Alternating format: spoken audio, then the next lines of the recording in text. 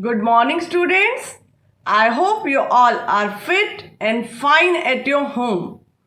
I welcome you all in your virtual class of English. Students, now it's time to pray to God. So, join your hands and start reciting prayer. God, guide me, protect me. Oh God, guide me, protect me. Illumine the lamp of my heart and make me a brilliant star.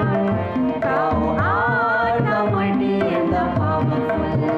Thou art the mighty and the powerful.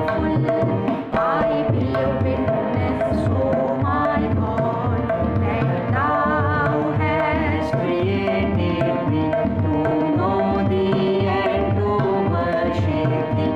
I testify at this moment to my powerlessness and to Thy might, to my poverty and to Thy wealth. There is none other God but Thee, the help in peril, the self-subsisting. O God, guide me, protect me. O God, guide me, protect me. Children, today we will revise 4th chapter of your reader book, Sally and Buntu. This chapter is given on page number 23. Today we will do exercise part. But first of all, we will review the chapter through its animation. Sally and Buntu. Once upon a time there was a small girl. Her name was Sally. She was very sweet. Hi. Sally adored dogs and wanted a puppy for herself. God, please send one cute little pup for me. After a few days, her father brought a little brown puppy for her. Sally, where are you? Look what I have got. Sally was very happy. She tied a red collar around the puppy's neck and named him Buntu. Buntu was not a friendly puppy. Woof, woof, grrr, grrr. Buntu crawled under the bed every time Sally came near him. Buntu, Buntu. One day, Sally pulled its tail. Buntu got annoyed. The next day, Sally pulled him out again from his hiding place. Buntu bit her. Sally cried bitterly. Give it to Buntu. Sally's father gave her a bone for the puppy. Buntu came to her wagging its tail. Come, take this, Buntu. Both became best friends. Page number 26. Choose the correct option. Sally wanted a small dash for herself. Sally अपने लिए एक छोटा सा क्या चाहती थी? Kitten. Kitten means cat baby. Bunny. Bunny means rabbit. Puppy. Puppy means dog baby. Sally pulled Buntu's dash. Pulled means खींचना. Sally ने बंटू की क्या खींची थी? Leg, tail और ear. Whenever Buntu saw Sally, he hid. Dash. जब कभी भी बंटू सैली को देखता था तो वो छुप जाता था. कहाँ छुप जाता था? Under the table, behind the door और under the bed. Sally's father gave her a dash to give to Bantu. सैली के फादर ने सैली को बंटू को देने के लिए क्या दिया था? बोन, टॉफी और biscuit. Now true false. Sally's father brought her a black puppy. Sally के फादर उसके लिए एक ब्लैक कलर का पपी लाए. Bantu was a friendly puppy. Bantu एक फ्रेंडली पपी था. फ्रेंडली पपी मीन्स जो सबसे दोस्ती कर ले. बंटू बिट सैली. बंटू ने सैली को काटा था. When Sally gave Bantu the bone, they became friends. जब सैली ने बंटू को बोन दी थी तब वो फ्रेंड्स बन गए थे. Now answer the following questions. What did Sally want from God? सैली भगवान से क्या चाहती थी? What did Sally tie around Bantu's neck? Tie means बांधना. सैली ने बंटू की नेक के चारों ओर क्या टाई किया था? क्या बांधा था? Why did Bantu get annoyed with Sally? Annoyed means नाराज हो जाना. Why means क्यों. बंटू सैली से क्यों नाराज हो गया था? What did Bantu do when he saw the bone? What means क्या. बंटू ने जब बोन को देखा था तब उसने क्या किया था? Answer the following questions with reference to context. Here is a sentence from the text. Give it to Bantu. ये बंटू को दे दो. हु मीन्स किसने. सेड मीन्स कहा. दिस मीन्स ये जो सेंटेंस है. टू हुम किसको. ये सेंटेंस किसने किसको कहा था चैप्टर में. बच्चे आपने स्टोरी अच्छे से पढ़ी है ना. Now you will try.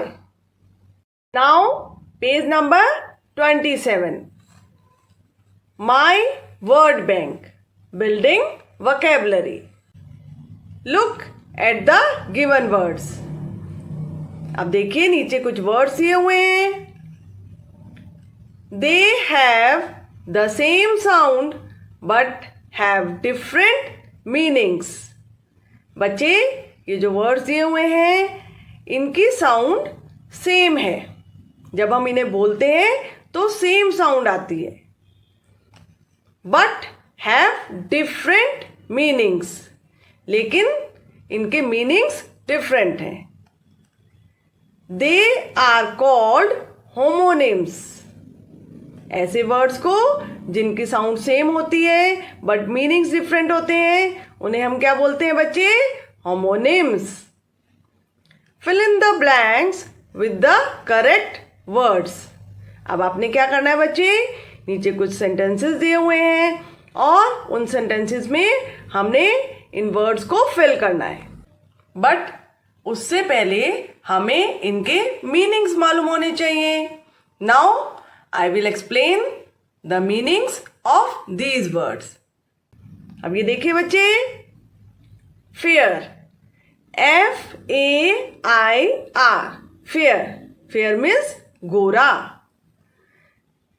बच्चे आप बोलते हो ना ये गर्ल बहुत गोरी है, इसका कलर बहुत ज़्यादा गोरा है, बोलते हो ना. तो उसे हम क्या बोलते हैं. फेयर. फेयर कॉम्प्लेक्शन बोलते हैं ना.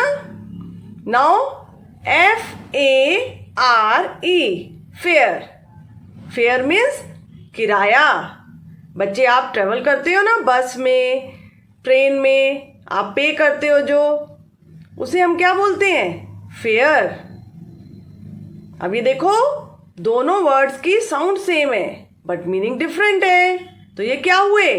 होमोनिम्स. अब सन, S-U-N, सन, ये तो आपको मालूम ही है. सन सूरज. S-O-N, सन, सन मीन्स बेटा.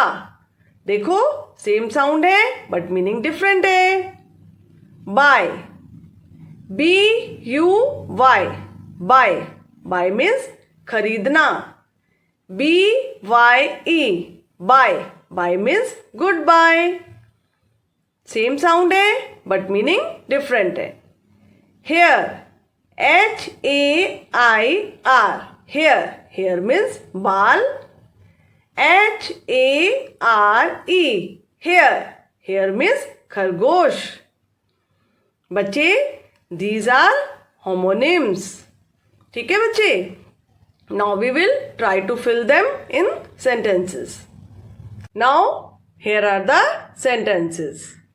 My 10 years old dash is waiting for the dash to shine in the sky.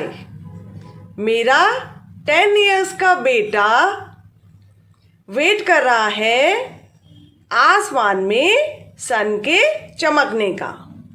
अब बच्चे, हमें ये तो समझ आ गया कि ये वाला जो पेयर है ये हमने यहाँ पर फिल करना है.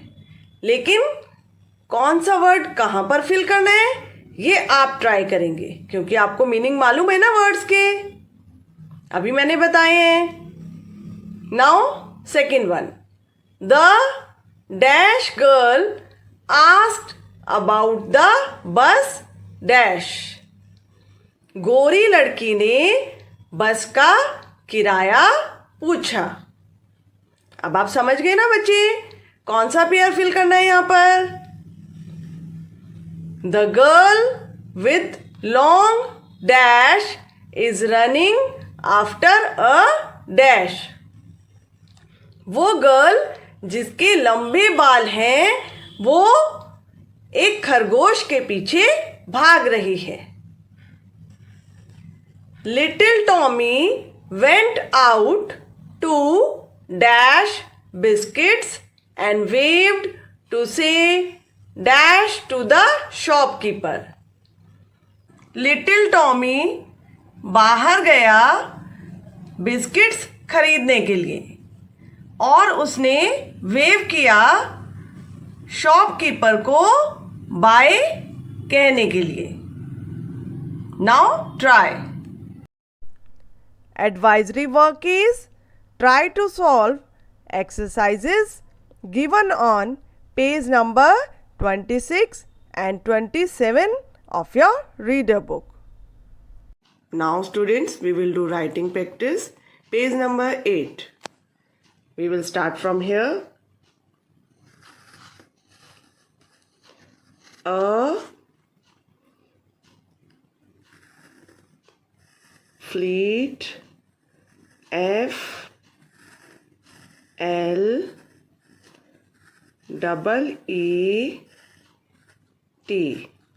fleet of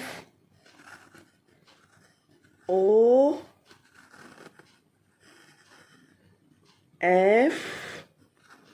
of ships,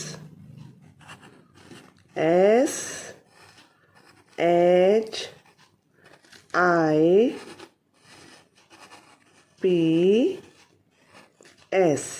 ships.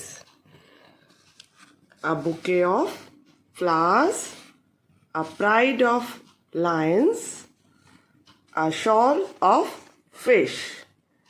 Now you will practice like this. Till then, take care of yourself. Goodbye.